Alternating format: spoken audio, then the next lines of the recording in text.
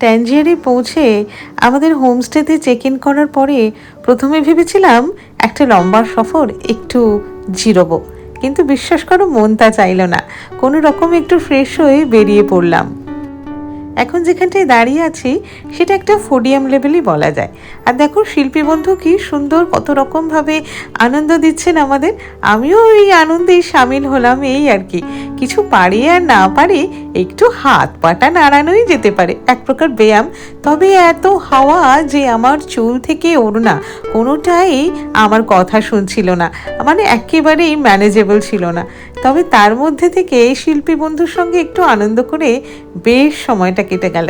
আর তারপরে আমরা পায়ে হেঁটে শহরটাকে অ্যাজ ইউজুয়াল এক্সপ্লোর করতে বেরিয়ে পড়লাম। এখন ঢালু পথ দিয়ে উপর থেকে নিচের দিকে নামার পালা।